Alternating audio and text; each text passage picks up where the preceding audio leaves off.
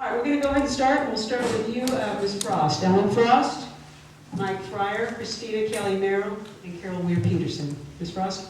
Yes, my name is Ellen Frost, and first I want to take a second just to thank the League and all the media for being here. I think voter awareness is of utmost importance. I am a small business owner from Black Mountain. I have moved to North Carolina in 1995. I'm a mother and grandmother. I adore Buncombe County, and I adore children, and that's why I chose to run for county commission. I've been a small business owner all my life. I talk the talk and walk the walk. I believe in a living wage, and all of our employees at Bed and Biscuit are paid a living wage and have health benefits.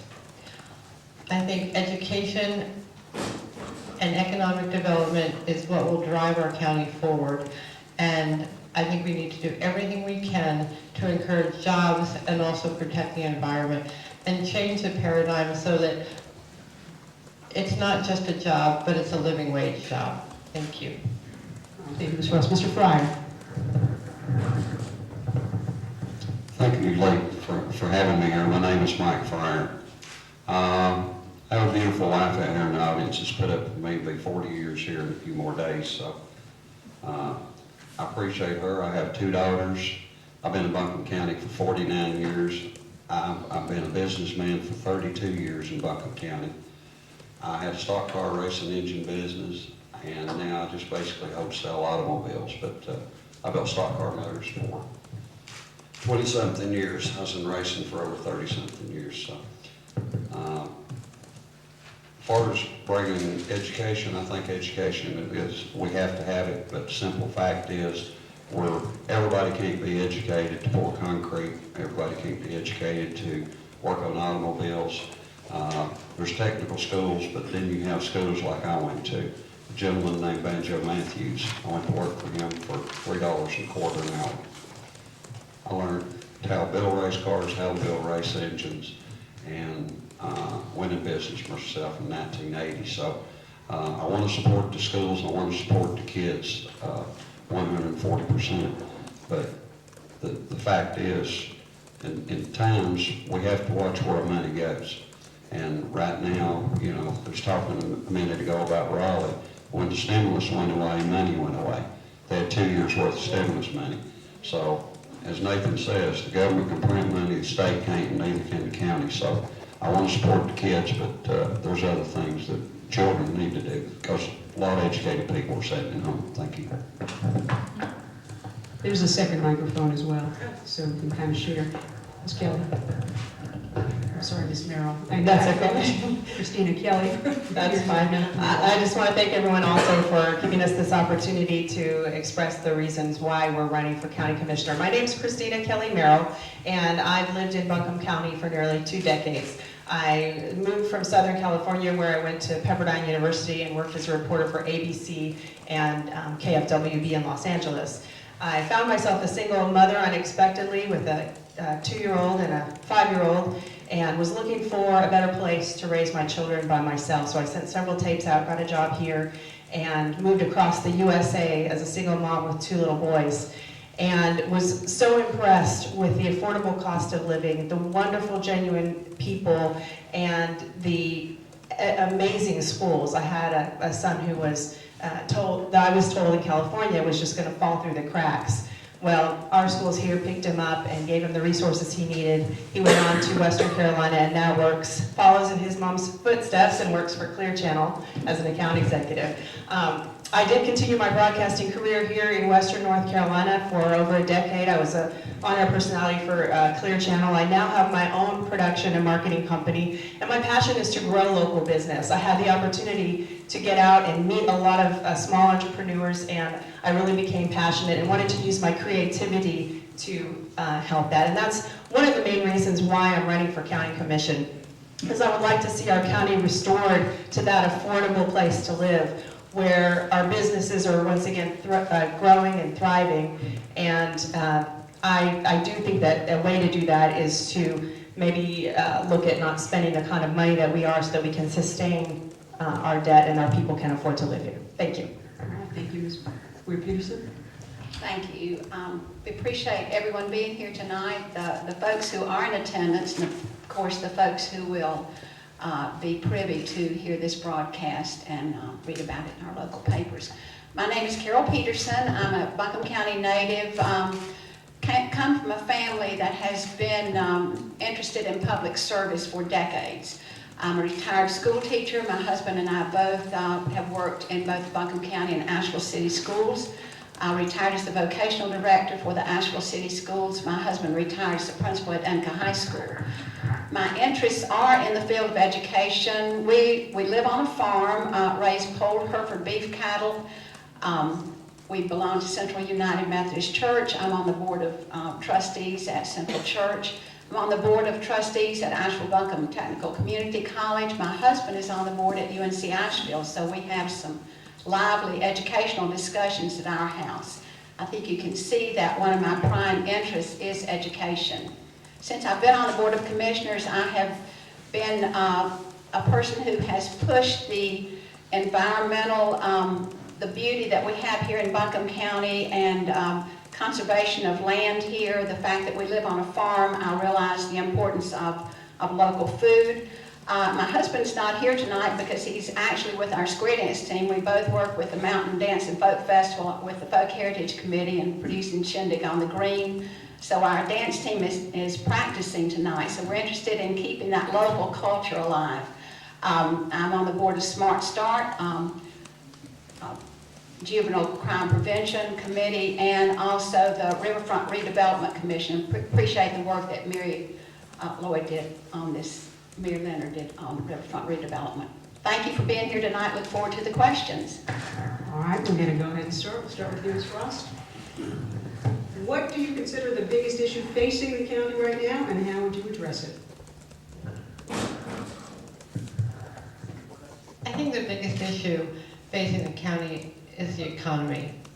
I think and living wage jobs. I will say living wage jobs until Carol's cows come home.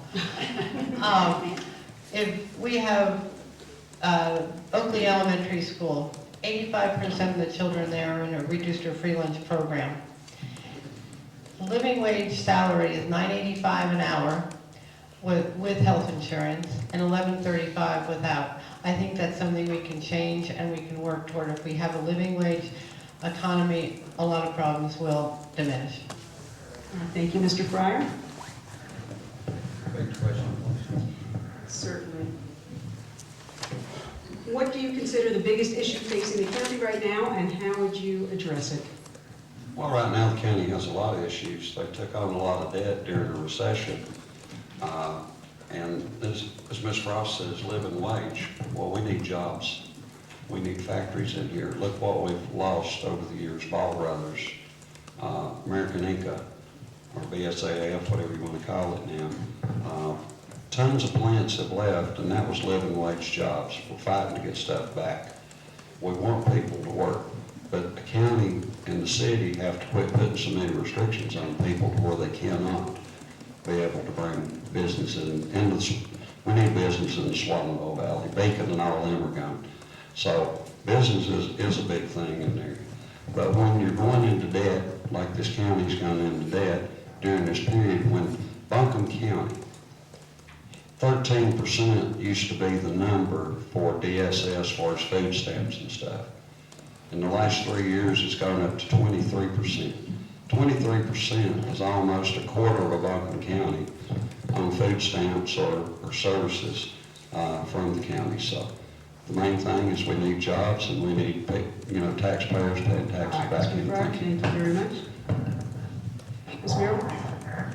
I definitely agree that we have a lot of citizens who have lost their homes, they've lost their jobs, and one of our biggest exports here in Western North Carolina are educated students. I myself am an example of putting my sons through college, and they've had to go to other places to get a job. My son is an account executive with Clear Channel. That's a straight commission job, and a lot of people that used to work in those jobs, they made their living off of small businesses, because small businesses need to advertise to grow.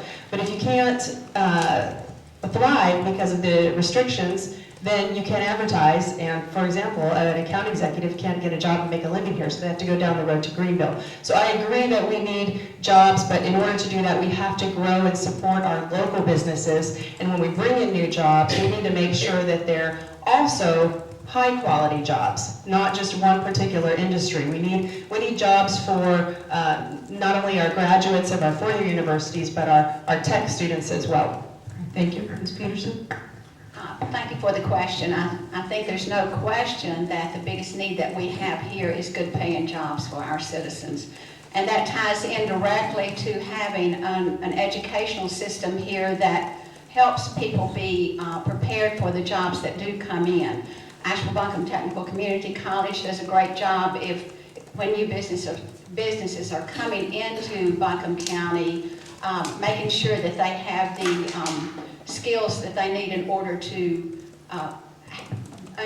do those jobs. So jobs in hand in glove with an educational institution that works nicely. Thank you. All right, thank you. We will start with you, Mr. Fryer. Do you consider yourself a progressive? Why or why not? No, I'm not a progressive. I'm kind of conservative because on the progressive side, I see that, conservatives want to protect water, they want to protect everything, air, but no, there's too many things that happen on the progressive side. Everybody wants walkways, everybody wants these ways, everybody wants greenways. Everybody's wants. I had children, and every now and then I'd have to tell them, no, you can't have that candy because we do not have the money for it. So, being stable and doing the right things, but when it gets to the point we do not have money to be able to do stuff, then the wants have to stop. So that's where I'm at. All right, thank you. Ms. Merrill? I'm glad that this question was asked because most people know I am a fiscal conservative, but that doesn't, I really, and most people I know are really tired of the labels. And, there are a lot of things about me and about the people that I know that some people might call progressive. I love the arts. I'm a painter. I think that that's one of the things that has drawn people to Western North Carolina and Asheville are the arts. And I think there's a stigma that if you're conservative fiscally, that you can't appreciate the same things that someone who might be an independent or a different party affiliation, and that's not necessarily true. I'm going to stand strong on my fiscal ground, but there's a lot more to being a conservative fiscal candidate than the stereotype. So I just wanted to clarify that. Ms. Peterson? Very good question. I spoke to a friend not too many days ago, Dwight Buckner, downtown. He said, Carol, I am going to be a member of a group that's called the No Labels Group. And I'm sort of interested in that. I think we are to the point that we're putting labels on people about everything. I'm progressive about some things, I'm conservative about some things. And I think what you're looking for in a county commissioner is a person who can look at the situation and depending on that situation, make the decision that is needed in that particular situation. Progressive about some things, conservative about some things. But let's go to no labels. I like that a bunch. All right, thank you. Ms. Frost? I think some of my employees might say that I'm extremely conservative sometimes when it comes to giving raises. I think others might think I'm as liberal as can be. I think I have very strong core values that want children not to have to worry about eating, the children to go to a safe school where they're not discriminated against. So when they leave school, they can have jobs. If that calls me a progressive, so be it. If that calls me a conservative, so be it. But I kind of agree about the no labels. Thank you. All right, we're going to start with you, Ms. Merrill. This is a multi-part question, so we'll try and get it all in. Would you support adding sexual orientation and gender identity to the county's non-discrimination clause? Would you support offering domestic partner benefits to county employees? If not, what should the county do to protect the rights of LGBT citizens? Okay, so on the first part of that question, would I support a change in the current Would you support adding sexual orientation and gender identity to the county's non-discrimination clause?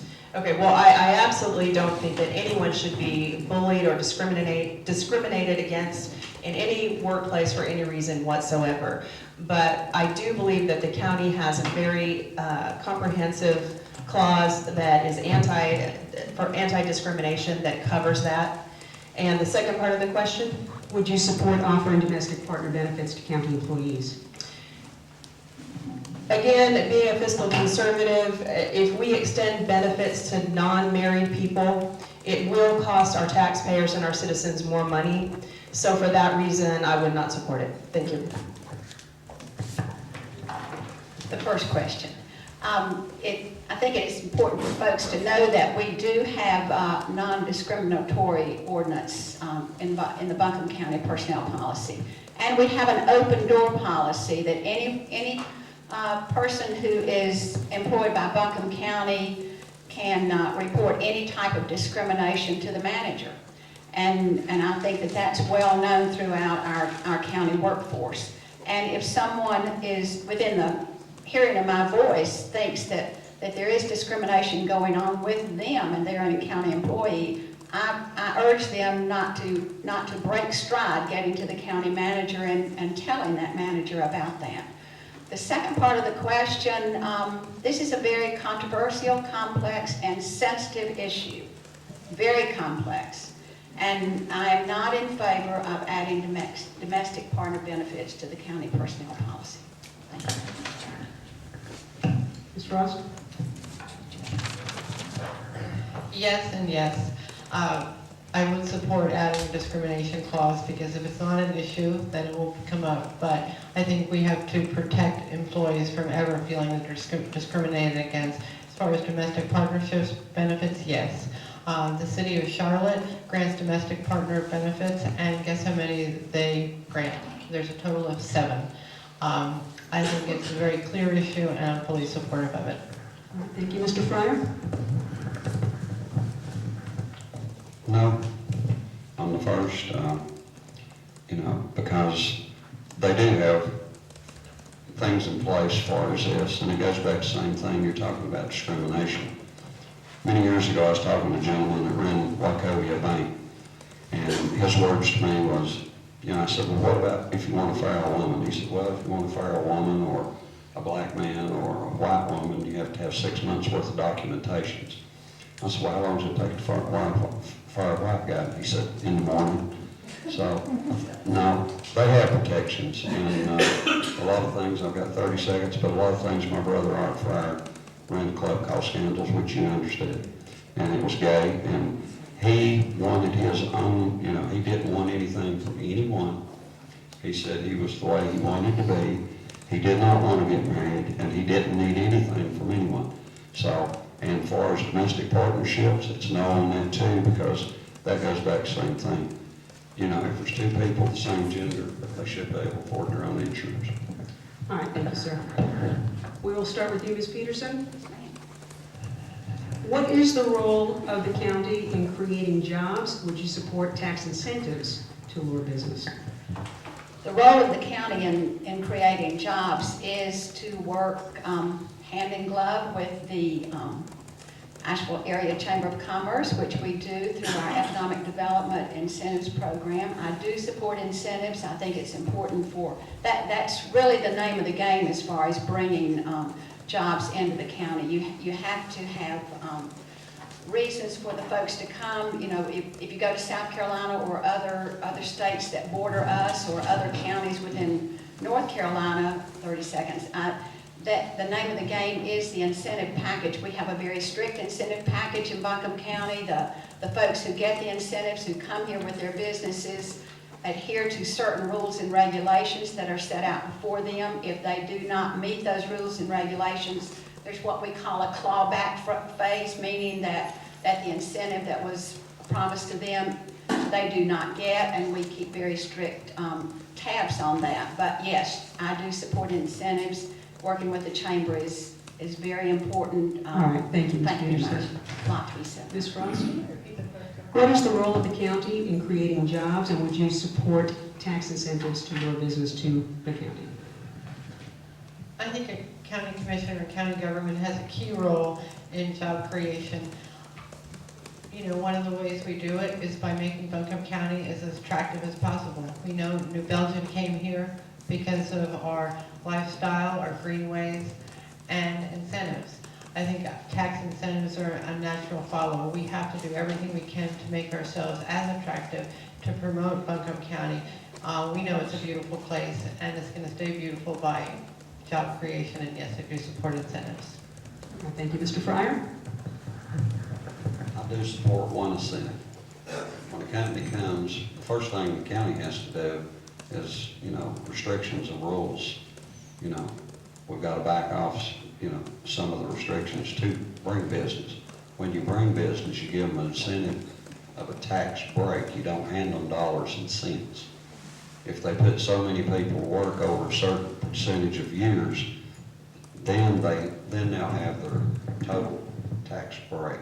But if they don't, you back it up. If they say they're going to hire 400 and they only hire 200, then you have to go back and take some of the break away from them, and their property taxes and stuff would go up at that point. So if they come and they bring jobs and it works, say 10 years, no property tax, at least it's not $8 million out of our pocket. Ms. Merrill? We are a county of small businesses, a lot of entrepreneurs in Buncombe County, and I have spent my career in Western North Carolina working with small businesses, and there is a resentment that incentives are going to outside businesses to bring them here. And I think that if there's going to be an incentive plan or program, it needs to also include our current businesses. We have to grow our businesses in Western North Carolina. There's breweries in Western North Carolina that were started here, that have grown here, that employ people here, and when you give an outside brewery money to come here to compete with that brewery that was already here and thriving, they could put them out of business. So we need to be careful that we're not putting our entrepreneurs out of business, and if we're going to offer incentives, they need to be across the board. We need to support our local businesses. Thank you. All right, we will start with you, Ms. Frost, on this one. Would you support green job creation to help build the economy while preserving our environment, and what type? This is a no-brainer. We love our environment. We want to keep everything as it is. That might be a conservative value. Then we certainly want to encourage green technology. And I remember somebody from the Sierra Club said to me, how would you convince someone in a more conservative part of the county that green energy was good and green job creation was good? I said as soon as they got their first living wage paycheck from installing solar panels, we would have more people on board. We need to, again, change the paradigm and encourage green jobs. Absolutely. Would you support green job creation to help build the economy while preserving our environment, and what type? Green jobs are probably good in their own ways, but other jobs are better at the present time. I have a friend that put $250,000 worth of solar panels on the roof of his building. Got the big tax break and the big money. But he was getting like 12 cents from the power company, but now it's down to 2.5 cents per kilowatt. So he says it's not that beneficial at the present time, but and we have the hybrid cars, I understand that. Now, hopefully we have some oxygen cars, but we got a lot of natural gas. But the main thing is we got to get some of the gas down. And the environment, I love there. The trees in there, they love carbon monoxide. They grow big and a lot of leaves fall off of them. So that's what makes our, so. Ms. Merrill? Can you repeat the question, please? Would you support green job creation to help build the economy while preserving our environment, and what type? I think that green jobs are definitely a good thing, and preserving the economy is a good thing, but I think that you need to look at the benefit before putting a green job over another job that's quote-unquote not green. Look at which area is better to put the energy or manpower into, and make sure that it's the best thing for the county, and take it on a case-by-case basis. Thank you. Thank you, Ms. Peterson. Thank you. I definitely support green jobs. I think that this is another time when you have to have a balance in what you do. And I think that you could look to what county government's done in the past few years as far as green jobs are concerned. And the LEED certification, for example, that we're going to have on the new courts building that's being built right now. The situation that we have at our Buncombe County landfill and the number of homes that are being served by electricity that's being generated from the gas from our landfill. The kinds of things that Buncombe County government is doing stands as a good example of green jobs, and I think that's very important. Thank you. All right, thank you. We'll start with you, Mr. Fryer. Our mountains draw tourists and new residents. Lots of high-end developments are being built just outside the city limits to avoid taxes. We've seen what happens when bubbles collapse. The county streams are impacted, property values go down. Do you support long-range planning to protect the beauty and the financial viability of the county and the region? That's the heart of the question. Well, yes, there was a lot of boondoggles in the mountains around here. And, but everything was great, and everybody said everything was going to stay great in the Asheville area, even when homes started going down. But developers tried, people, you know, and the government were letting people buy these homes with basically no money down. And so it's not all the people's fault, it's not all the developers' fault. I do want the mountains to stay good, but I do believe in the property owners having their rights to do with their property as they see fit, not what county people or the board says that they can do with them. I sat and watched some people that wanted an affordable home, like a $36,000 trailer on Grandpa's lot, and 2.5 acres, and they got turned down because the board decided they didn't want it there. So that was the only affordable housing they had. Ms. Merrill. That was a very long question. We'll just get to the heart of the question. Do you support long-range planning to protect the beauty and the financial viability of the county and the region? This is an area that is of concern for many of our county citizens in being micromanaged and government trying to control and take over everything. I think that we need to allow people to have property as a source of freedom. We need to allow development to occur organically and not try and have the government's hand on everything. If it's something that is impacting the environment in a detrimental way, you know, we do already have certain restrictions in place that would handle that. But any more government right now control is probably not something our county residents are looking for. Thank you. Thank you, Ms. Peterson. And would you repeat the question? Do you support any long-range planning to protect the beauty and the financial viability of the county and the region? Yes, absolutely. Would you like to expand? Well, we have many great county plans in the works. Of course, we have our zoning regulations, and which have been received very nicely once folks realize that zoning is in place for the good of the folks who live in the county. You've got to have that long-range plan. We're looking at a greenways plan. I realize that there are lots of obstacles that need to be solved before that's put into place. And we want to go more to the citizens for that. But you have to have long-range plans. That's why you have folks elected to office to be with the citizens and hear their concerns and make decisions based on what they're sharing with you. But definitely long-range plans, definitely. Thank you. Ms. Frost? Do you need me to read the question? I think we're good. Okay. Certainly we need a long-range plan. We need a long-range plan for a lot of areas. And I think, again, we also, with that long-range plan, we need community input. When I go out and speak to voters, especially people, whether they have a $100,000 home or a $500,000 home or renting with aspirations of having a home, they want to know wherever they invest in, it's going to be protected. And these are not restrictions or protections. Thank you. All right, we're going to start with you, Ms. Merrill, and this relates actually, the next question, to part of Ms. Peterson's answer. Do you support a bond referendum to voters to pay for the development of greenways in the county? And would you support the use of eminent domain to acquire property for the greenway? There's a long and a short answer to that. I'll try and You give got you the one in it. between.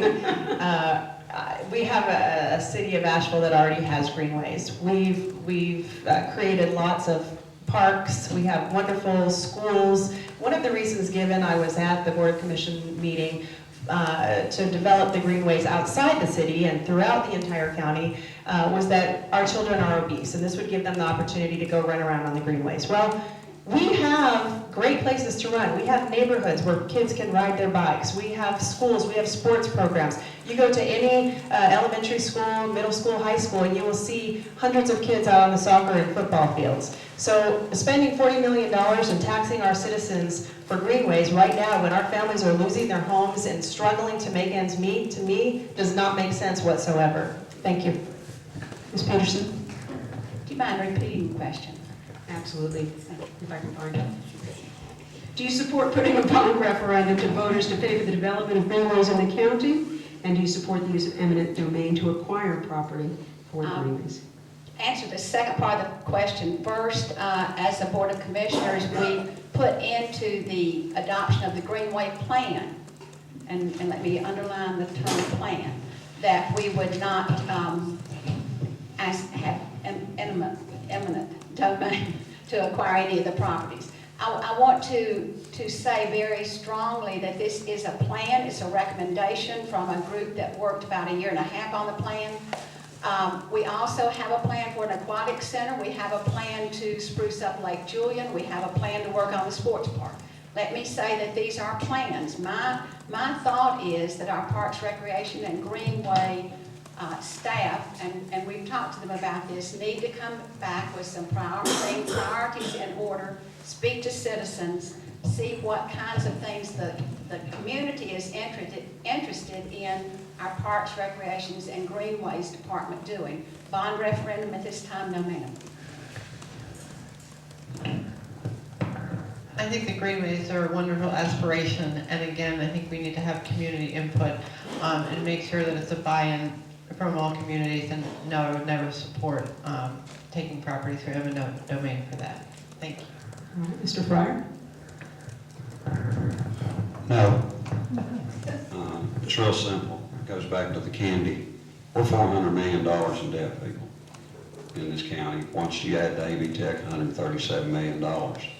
So how can we drive it up? And they say it won't be 40, it'll be 70 or $100 million for these greenways, because you're looking at trying to buy people's property. It's like Christina said, the simple fact is we have all these sports complexes. You can go to them. This greenway is not going to be in anybody's backyard. I'll tell you one little story. Asheville Motor Speedway. I make $62,000 a year down there. It's a greenway now. And the gentleman had it to last year. It's 27 weeks. 98,000 paid people come in to watch race cars. You show me another place in this area that can bring that many people in 27 weeks. So, no, I'm getting a little old to walk from Fairview down the mountain. I have to put some stops going back up if I have to walk up. All right, we're going to start with you, Ms. Peterson. So many of our children do not have enough food to eat. Other than Manna Food Bank, what can the county do? Well, it is a huge responsibility. As we need to make sure that our children are well fed, and they need to not have to worry about that. We need to work with our school system. I'd like you to know that during the summer there was a summer feeding program where Buncombe County Parks and Rec and the Buncombe County Schools and some of the other organizations in Buncombe County work to feed about 20,000 students or 20,000 children per day.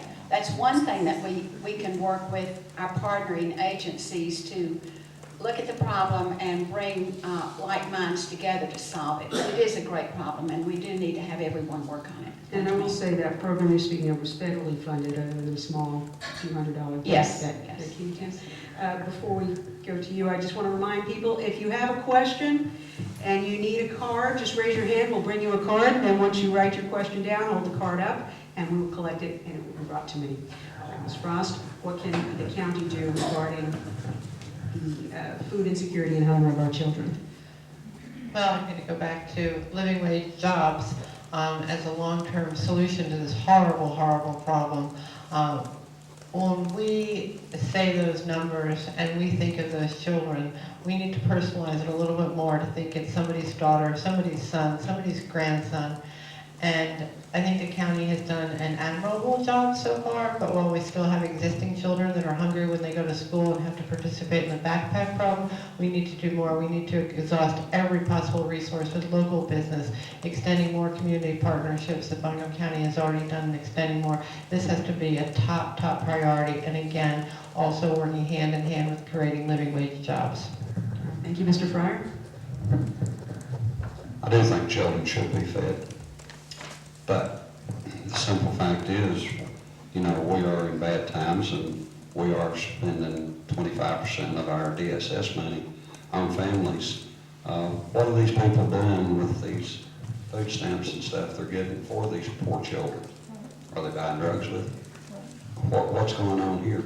The simple fact is, I want every child to eat, but when I got married, I decided 2 children was enough for me, that's all I could afford. That's what I had.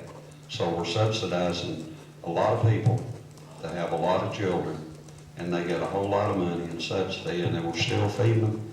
Something's not right about the program. We need to look at the program. I want every child to eat, but I want us to look at the programs that's out there. I come up very poor as an orphan, and the simple fact is, I ate. It might have been bologna, it might have been pinto beans, but I don't want anyone to starve.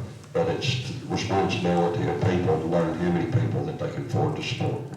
And we will state that the food stamp program is a federal program. Just the food stamp program is a federal program. It's not administered by the county. I know, I'm just letting the folks know it's not an expense of the county directly. Ms. Merrill?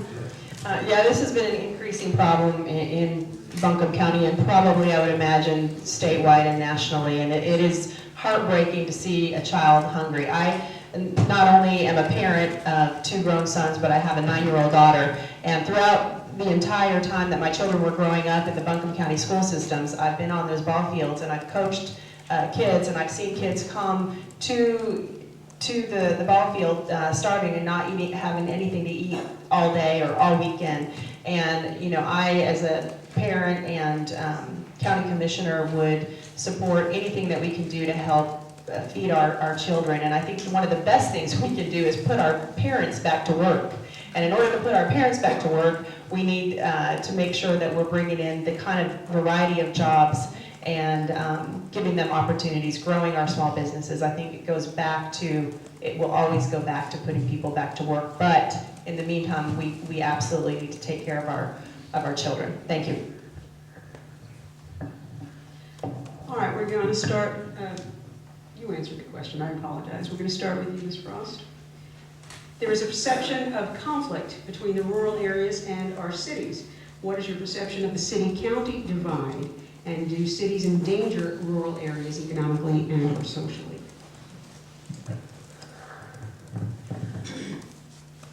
I think there's a perception of, by a small bubble of people, that there is disenfranchisement between the city and the county. And we can fall into that old trap. There's a wonderful non-for-profit called Code for America. They go around the country and they solve these sorts of issues of lack of sharing of data, or they call it sharing data. They come up with innovative ways to create more partnerships between cities and counties. Buncombe County is not unique to this. And any time we approach any relationship with, oh, we have a problem with them, it's never going to go far. We have to remember that Asheville, in many accounts, is an economic driver for the county, and the county drives the city of Asheville by subsidizing their businesses. Thank you, Mr. Fryer. There is a perception of conflict between rural areas and the cities. What is your perception of the city-county divide, and do cities endanger rural areas economically and or socially? The only way that they endanger them is annexation. That is, that was a big issue, how I got around politics in 2004. That's endangerment. And then you have an ETJ, extraterritorial area 1 mile outside the cities that they can control, but the people don't have a vote. So yes, there is areas, but there is areas in the city and county that we should be trying to combine, like the parks and recs and other things like that, that would benefit all. But, you know, simple fact is, there is, when the annexation thing, when they had the tool in the toolbox, they used it very wisely. And when I got annexed, the gentleman told me, this was his words, Mr. Shuford said, I said, why are you doing this? And I just had one portion. He said, well, just think this, as a city, as a business. And when it needs money, it has to do whatever it needs to do to get it. So I have a bad taste for annexation over there. Thank you. Ms. Merrill? Can you repeat the question, please? There is perception of conflict between the rural areas and our cities. What is your perception of the city-county divide, and do cities endanger rural areas economically and or socially? Yeah, that was cities plural, and I think the only differences I've seen mainly would be between the city of Asheville and the entire county. And I think there's a lot of people who live outside the city limits that feel that they haven't had a voice on the commission to represent their different needs than someone who might live within the city limits. So that's been a bit of a divide, and I think the districting will give us that opportunity to have a balance on the county commission. And I think balance is a good thing. We are a community that is a tapestry of different people, and we should have different perspectives on that commission. One area I think that we can be proactive and work together as a county and a city to save our taxpayers some money is we have the city school systems and the county school systems, and we're sort of doubling up on a lot of budget areas, and I think that we might be able to integrate those two and work more efficiently as a county as a whole. Thank you. Ms. Peterson? One more time, the question, please. There's perception of conflict between the rural areas and our cities. What's your perception of the city-county divide? Do cities endanger rural areas economically and or socially? Well, number one, you've got to look at Buncombe County as a total unit. And within that total unit, you have not only Asheville, but you have 4 other municipalities. The one that we're sitting in right here, Black Mountain. And you need to look at what each one of those municipalities brings to the total county tapestry, as Ms. Merrill said. And I think we need to embrace those differences rather than trying to add more division to that. You need to look at Buncombe County not only as involving folks who live on a farm, or folks who live on Broadway, or folks who are small business owners, or folks who have moved in here for retirement, but you need to look at the total population in Buncombe County and look at us as a total unit. This is another place where it really bothers me that folks want to think there's a divide between Buncombe County government and the city of Asheville. And if there's one group that we work very closely with as commissioners, that's our Asheville City Council. Thank you very much. All right, thank you, Ms. Peterson. I've been asked, and I'm going to go ahead and grant 30 seconds more for anyone who wants. I think as long as we continue to divide, we are never going to progress. When we look at Buncombe County in its totality, it's an extraordinary place. It's an extraordinary place because it embraces so many differences, and we have to applaud those differences and not let them divide us. Would anybody else like any more time on that? Mr. Pryor? Well, the city says that the county comes, Asheville City, not Black Mountain. Asheville City says that the county comes in and uses their resources. Well, Asheville is 33% of Buncombe County. They use 47% of the DSS. 61% of the people in jail in Buncombe County are from the city of Asheville. So, you know, I think we try to help, as Ms. Peterson says, we're trying to help the city people too. Ms. Merrill, do you have?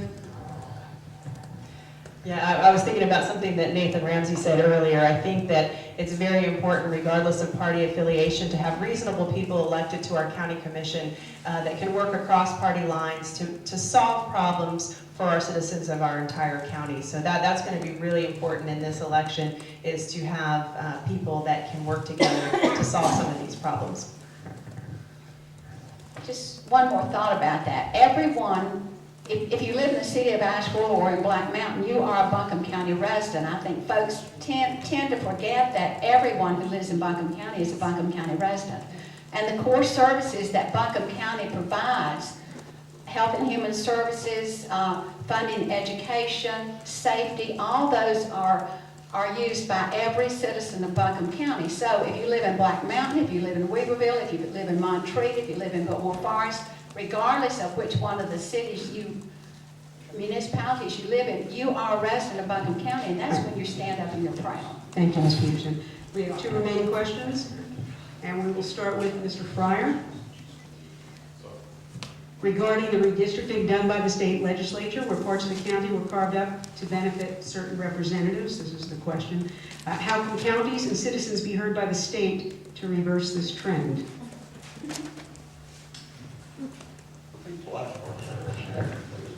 I think what they want to know is what can be done for citizens to be heard on redistricting. Can the process be changed? Is there a better way? What I understand in the process is supposedly, maybe I'm totally wrong, it's either a 10 or 20 year, it's put out there. So With the that, census, yes, sir, you're right. It's done with the census, you're correct. Every time. So we're going to be the same, and then the people of Buncombe County can make a decision whether they like the way that we're doing. They put it on a 4-year, 2-year, so anybody up here, the person that gets the most votes out of us 4 will have 4 years. The person that gets the second amount of votes will have a 2-year. And in 2 years, they will have to, the person that finishes second, if they want to rerun, have to rerun. So it's going to be alternate elections after this election. But I personally, I don't think my district, this District 2 is broken up to help one or the other. It's very close, party to party in this district. So it's just the people we need to be working for. We don't need to worry about the party. And the election is different this time because we have added seats to the Buncombe County Commission Board as put into effect by the legislature this past session. Ms. Merrill? Can you repeat the whole question? I hope so. Regarding the redistricting done by the state, I'll read it exactly, where parts of the county were carved out. How can counties and citizens be heard by the state to reverse this trend? I think what they're trying to get at is there a better process, or does this process work? I think this is a good process. I think this is an opportunity to give all county citizens a vote in electing their commissioners. And the other good thing about it too is if you have a commissioner elected from your part of the county, you're going to have someone that's invested in your community, that knows what's going on, you know, in the eastern part of the county versus the western part of the county. So I think that it's going to give people the opportunity to have more personal relationship with their representatives. And once elected, you know, you work with your county commissioners to do the best to represent all people of the county. I think that the way the system is set up right now is probably a fair one, and I think it's a good opportunity for our citizens. Ms. Peterson? I'm just going to jump right in and not ask you to repeat it. I'd like to say again that Buncombe County Commissioner work is county-wide. Regardless of whether you run from and are fortunate enough to be elected from District 2 or District 1, District 3, regardless of the district, the work that you do, the decisions that you make are county-wide decisions. Now, you are going to listen. If I'm lucky enough to get elected, if someone in the Enca-Candler area comes to me with a situation they want me to hear from them, there's no question I'm going to do that.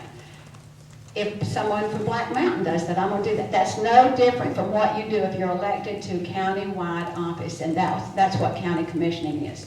As far as how you can reverse this, a lot of decisions that are made can be reversed at the ballot box. So if you do not like the way state legislature decided that this county commission at the local level was going to be elected, then the way to make your voice known is at the ballot box, All right, thank you, beginning Ms. Peterson. October the 18th. Ms. Frost?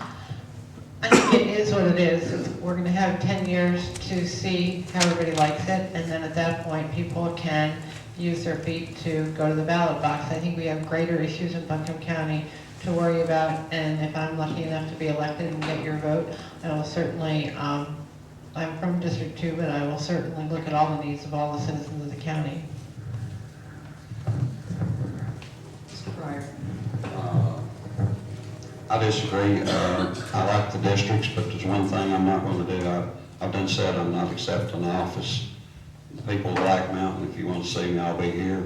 The people in Barnersville, the people in Leicester, the people in them areas.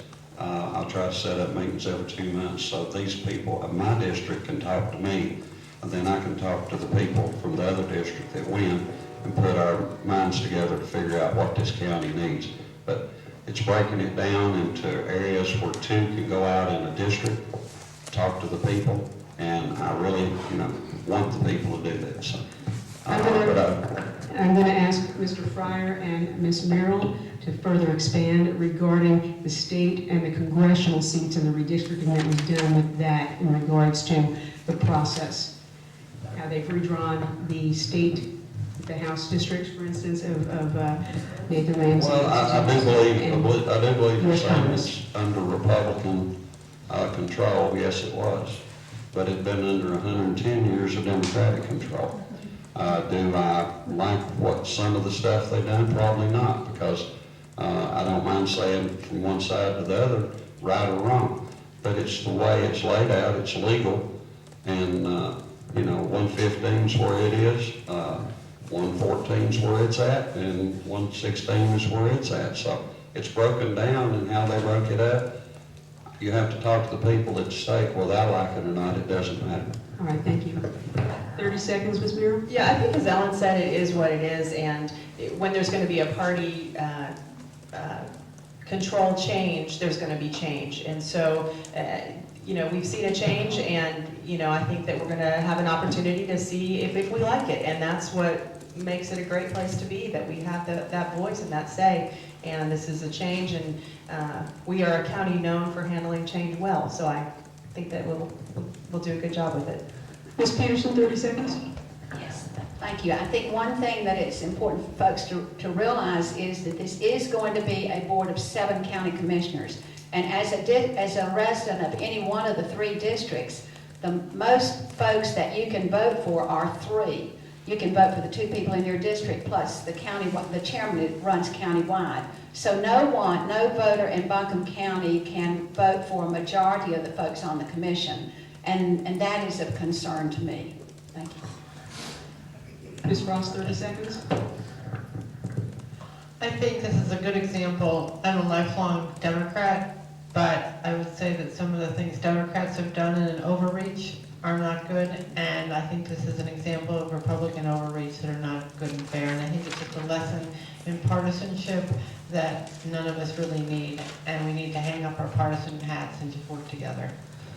All right, this brings us to our last question. We're going to start with you, Ms. Merrill, and this one's a doozy. So, specifically, are there specific areas of the county budget where you think there might be savings, and why? And are there areas you would like to see more funds allocated, and why? Right off the top of my head, I think that we have an overabundance of nonprofits that our taxpayers are funding. Over 200 nonprofits, more than any other county in the state of North Carolina. And as Mike said earlier, we're in an enormous amount of debt, $300 to $400 million after it's all said and done. And that debt, it has to be paid for by our children and our grandchildren. And just a decade ago, our debt was less than half of that. So I think that those are areas of concern. Ms. Peterson? May I have the question one more time? Absolutely. Specific areas of the budget where you think there might be savings, and why? And are there areas you would like to see more funds allocated, and why? What I'd like to take the time to answer this question by saying that the budget process in Buncombe County is a very thorough process. County commissioners work very closely with management to have this budget put together. We get a weekly report regarding how our budget is being funded, how the different departments are being funded, what percentage of their budget is spent weekly. We get that report. We have, 30 seconds, I'm sorry. We have partnerships, we have smart partnerships, nonprofits were mentioned. We do not contract with we contract with nonprofits and have them on a contracted situation. So it's not like we're giving money to nonprofits unless they are working with a contract. Smart partnerships are the thing that we are best at in Buncombe County. If we see that another entity can come in and deliver a service that county is to deliver and we can get a good partnership with that, that's great. All right, thank you, Ms. Peterson. Ms. Frost? I think a triple bond rating from Standard & Poor's is a good indication of how fiscally sound our county is, and especially when we look at other counties throughout the state. Having said that, it would be silly to say that nothing ever needs a fresh set of eyes on. I mean, I run a business, I meet a payroll, and if I didn't constantly look at new and innovative ways to save money, make a dollar stretch longer, I wouldn't be a good business person. Mr. Fryer? Questions, please. Are there specific areas of the budget where you think there might be savings and why? And are there areas where you would like to see more funds allocated and why? The areas of savings is, I looked at the process of the AV-TAC referendum, put in a city election and won by 500 and few votes. I've talked to people at the county that said that they could upgrade the school and make them energy efficient. They might not be totally green, but these people would have air conditioning that we didn't have when we were kids. But we'll have students in school and that gives more money. Putting the taxpayers of Buncombe County $137 million in debt for 17 years. There's going to be a lot of people growing up that's still paying the debt. And that's $45 in bad times to people that $45 a year they could buy Christmas gifts for their kids. But that's one area. And repeat the last part of the question. Are there areas where you would like to see more funds allocated and why? Not at the present time, because it's like I said, you're in a recession. Let's take care of the poor people and try to make sure stuff works. But these commissioners, Carol Peterson and other commissioners, real quick, they sat in the I courthouse. have to wrap you up, sir. We're going to go ahead and extend it. We'll come back to you. Ms. Merrill, 30 seconds, please.